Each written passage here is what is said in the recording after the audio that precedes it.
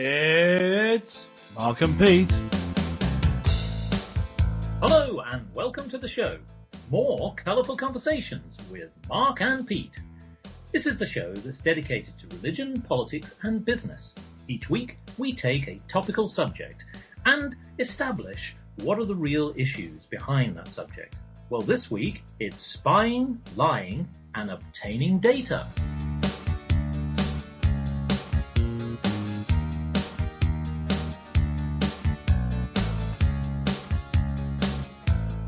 We've seen in the media recently a lot of issues around international spying or surveillance.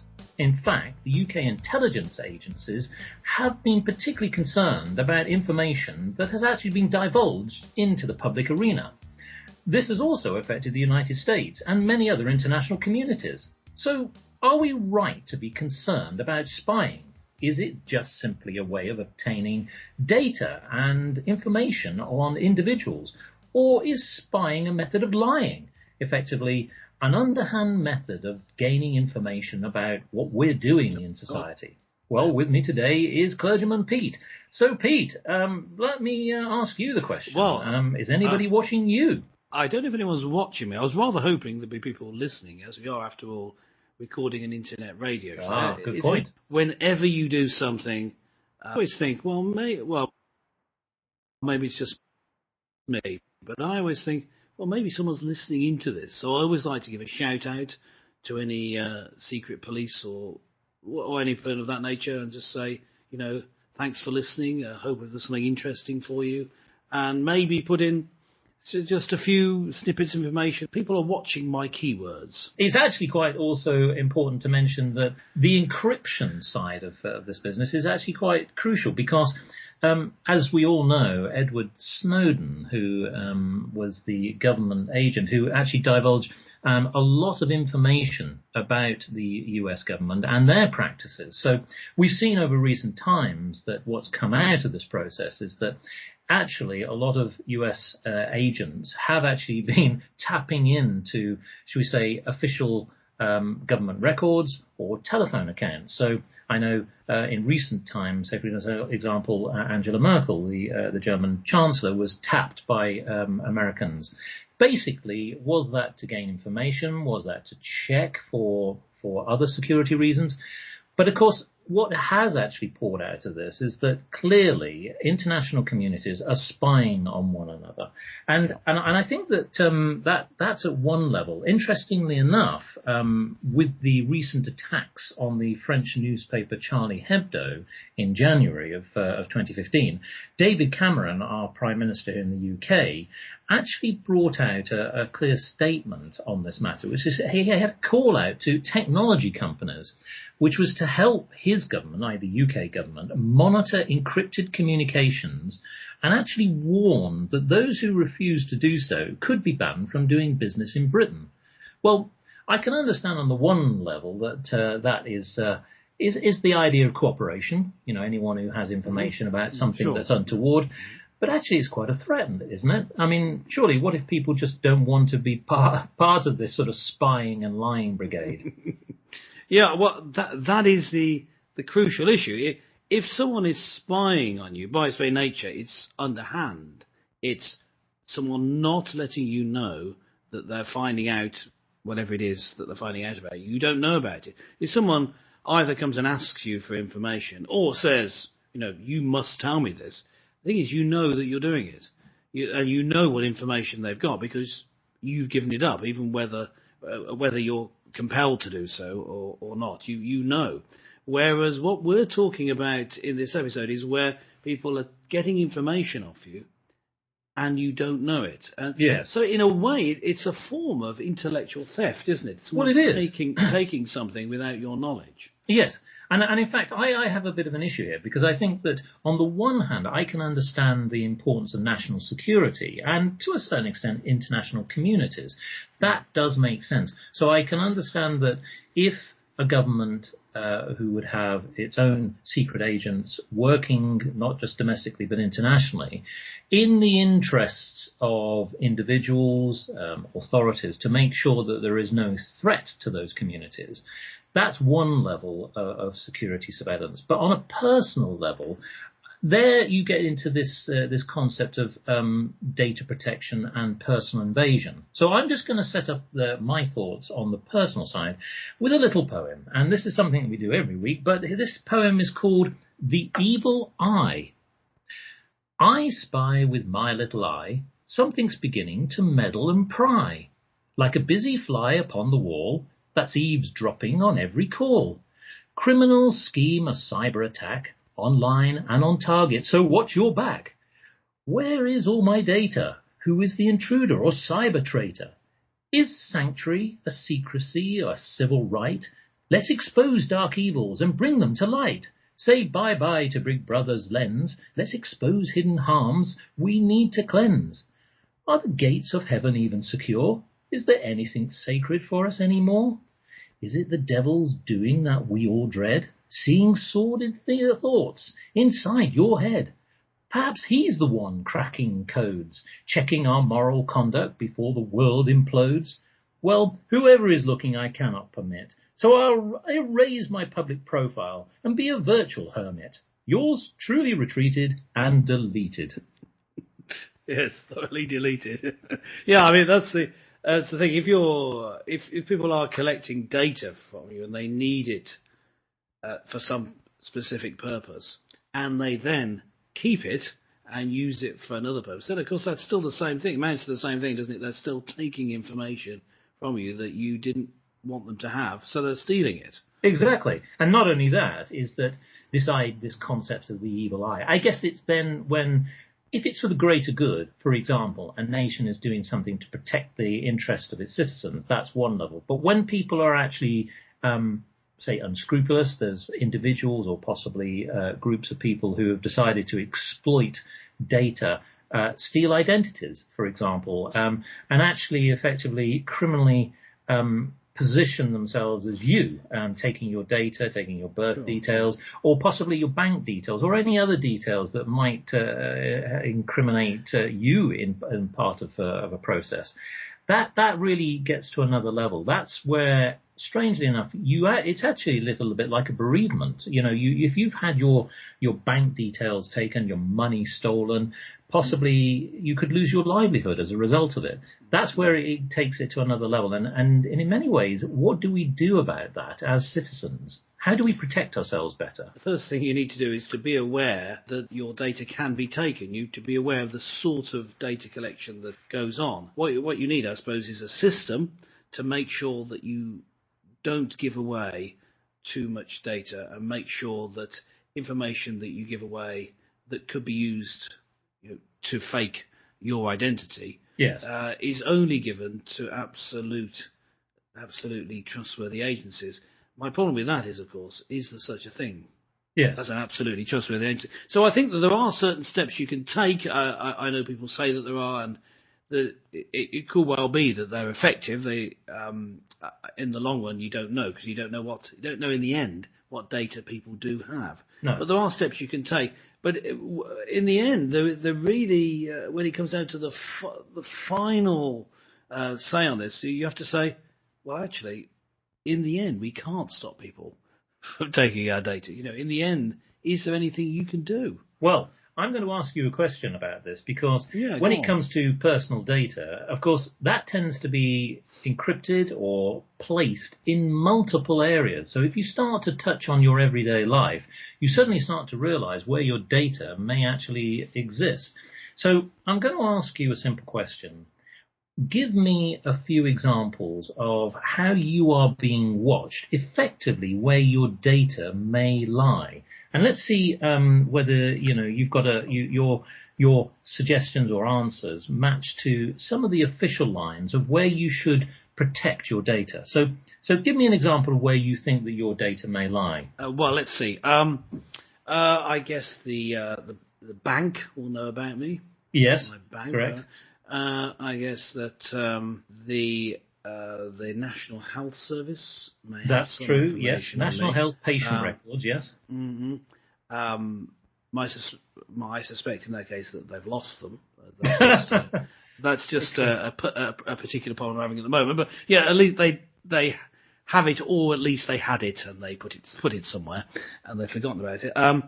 There's an extra piece of information, just in case yeah. taking note of it. So if you see a file lying around in a cabinet in a hospital somewhere, that's probably mine. There must be something to do with voting. The electoral roll. The electoral roll, yeah. Would also information in historical records or in a church, depending on where it's kept. Yes. To do with my marriage, birth, death, yes. Yes, that sort of thing. Let's see. I probably haven't covered all the areas yet. How about? The police might have information on me. Well, particularly in your case, I can imagine. Yeah. Probably their servers are overloaded. But I'll give you a example that actually, strangely enough, your overall movements, as in that is where you go.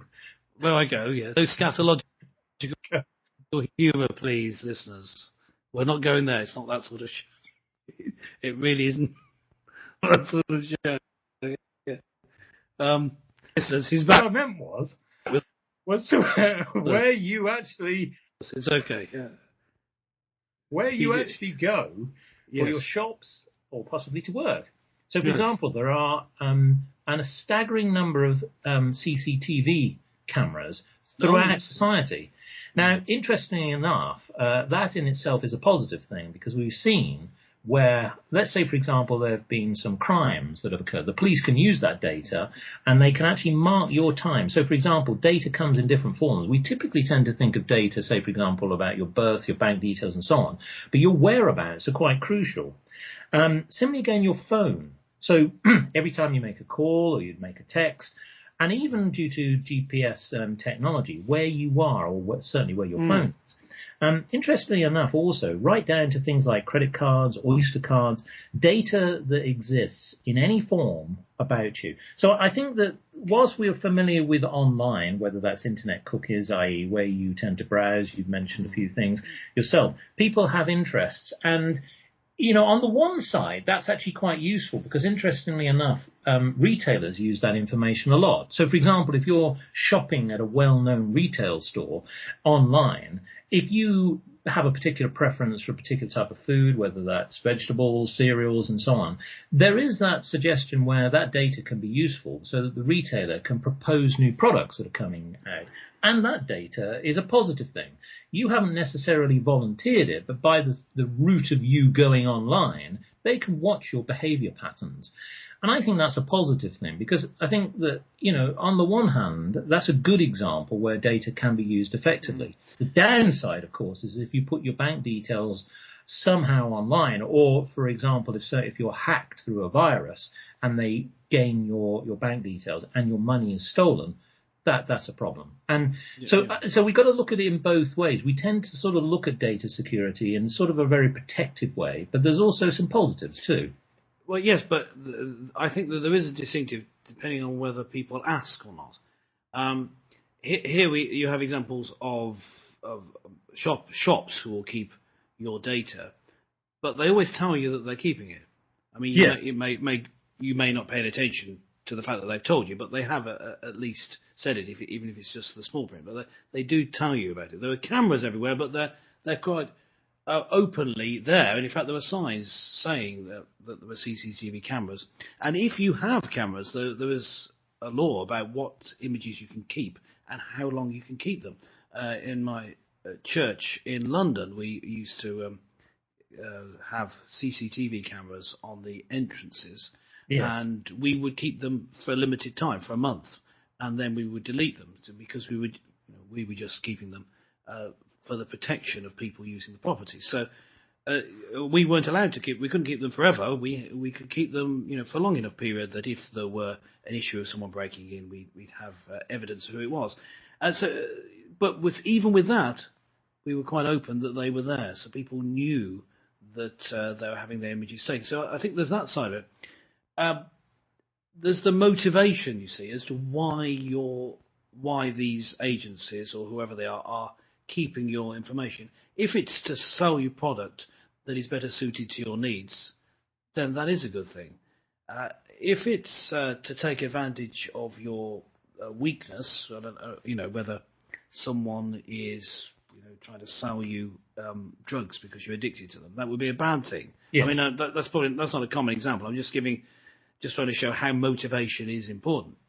Yes. But I think it's not just motivation. It's deeper than that. It's whether it's right or wrong. Whether whether these people should know that information. Yes, you should be informed. That's a good thing. People should be honest and open where possible. But that's not always possible. Because the obtaining of some information has to be taken secretly. For example, given an obvious example, a policeman tailing after a possible thief to see whether he's actually that thief. So he's getting information about where that person is. He knows about the person.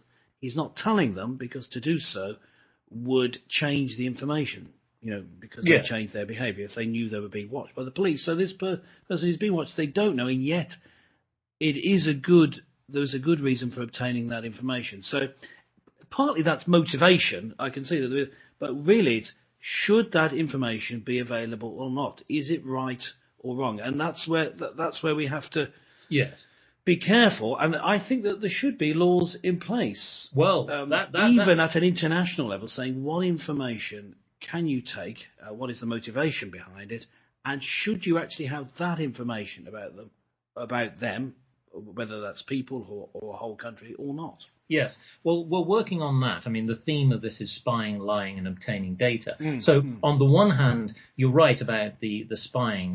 We covered the point about why international governments do it. The lying part is that if you are obtaining data for unscrupulous means is one thing. Obtaining data for a positive reason, because, for example, you've said that retailers will openly inform you that they are collecting that data to help you in your purchasing decisions. But one good quote that came from very recently, David Anderson, Queen's Counsel QC here in the UK, he made a comment recently, which was modern communications can be used by the unscrupulous for purposes ranging from cyber attack, terrorism, and espionage to fraud, kidnap, and child sexual exploitation. A successful response to these threats depends on entrusting public bodies with the powers that they need to identify and follow suspects in a borderless online world. But trust requires verification. So that verification is having something where he's then moved on to saying we need a clean slate change in terrorism legislation, not just in the UK, but of course also around the world. And I do agree that there's a bit of ambiguity. This is going to be a difficult thing because no one individual necessarily owns the internet. And the internet we tend to think of as being a prime target for terrorism attacks. It can happen on different levels, as we said, government, businesses, that's whether that's data intelligence on your company's activities, as well as personal profile. But I do agree that one of the challenges here is there isn't enough legislation, as the QC has highlighted. It needs a change here. So I guess that's where I think that bodies right across the spectrum, from business, government, and international communities, needs to put things better in place. Let's face it, the internet is a relatively new concept. It's only been in the last 30 years. Well, it's difficult, and it's difficult to get a handle on it because you need to understand how it's programmed, how it's worked, how it works rather. How does the internet work? And most of us don't really pay much attention to how it works. You just use it, like with a lot of complex equipment, and you don't really know the complexities of it, so you don't notice that data is being collected. And yes. I think that this has become apparent to a lot of the large search engines, because they find people like, for example, Google, who are the biggest search engine in terms of numbers of use. Yes. And presumably in profits as well, but that's a subject for another show. But the thing about taking data from people is you've got to have some power over them, but then people will seek to have power over you. It makes you a target if you hold information, because we want that information. And so I know that some search engines, including one that this is why I know about it, is offered as an option on the computer that I use on the browser on the computer that I use as a default search engine. This particular search engine does not collect any data about you. And one of the reasons that they do that is, of course, that means that they can't then be forced to give it up. Yes. They take away the motivation for people trying to hack them, trying to get the information isn't there. Yes. So it's self-preservation in a way. And I think it would be a good idea that if you take that concept of not keeping information unnecessarily, and we can get that as a way of operating, then it would remove a lot of the problems. Yes. I mean, the Bible says, 1 Thessalonians 4:11, we should aspire to live quietly and to mind your own affairs, or to put it more colloquially, mind your own business. And I think Yes. that has an important aspect to it, in that the business bit of it, in that the idea of industrial espionage, we understand that, people getting information that they shouldn't have. But this quiet collection of data that you don't really notice is a problem with the internet, and it's a problem for the people collecting it as well as the people it's being collected from. And I think before I was saying, there's nothing in the end that you can do to stop your data being collected. Well, yes, but you can be vigilant on seeing whether it is being used incorrectly. Yes. And then you can do something about it. Well, isn't there a bit of an irony here? And I'll come back to the quote that you gave, because actually in this concept of spying, lying and obtaining data, there is one all-seeing eye here, isn't there? That God actually does obtain data. He sees everything that we do. Yes. And do you not think that there's a bit of an irony there, that in actual fact, no matter what we're doing here on planet Earth, there'll come that day of judgment when really all of the data is presented back, and really you are judged based upon what you have done with the data. I guess that's right. The ultimate himself. Correct. And he is able to use that data as he wants. And I suppose the thing is that, if you are in charge of an operation, you expect to have all the data. God's in charge. He's not spying because he's in charge on it. It's not espionage. It really is data collection. It's monitoring how his world is running. Yeah. But that idea of then you're judged on it, that you were saying, judged on the information about you. That's interesting, because if you think about it, what I was saying earlier about having the data also means that something may be required of you. Of course, God then, because of his love for humans and his care for them, wants them to address the problem that they're not living up to his standards. And he needs them, in order for that to happen, he needs them to be forgiven for the wrong that they have done. So when we think about God wiping the slate clean, or forgiving us and washing us clean with Christ's blood, as it's sometimes put in some uncomfortable imagery, but I get what they mean. What you're doing is you're deleting the data. Yes. So God has a delete button. Yes, exactly. And I think that it's important to mention this, because for those, who use data in a positive way, because, as I said, there are many examples, which, of course, our listeners will probably be able to highlight. We've highlighted a few.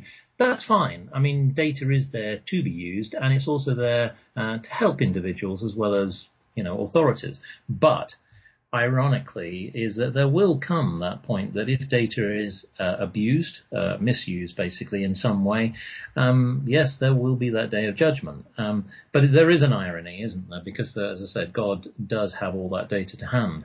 I guess the question really then would be, is that in this concept of spying, lying and obtaining data, what other final thoughts would you have in terms of, your view? We are a very data-driven society. More and more big data is often talked about in terms of how we, either in business, manufacturing, as well as in our personal lives, we have more data available to our hands today than we've ever done before. How do we overall manage this better?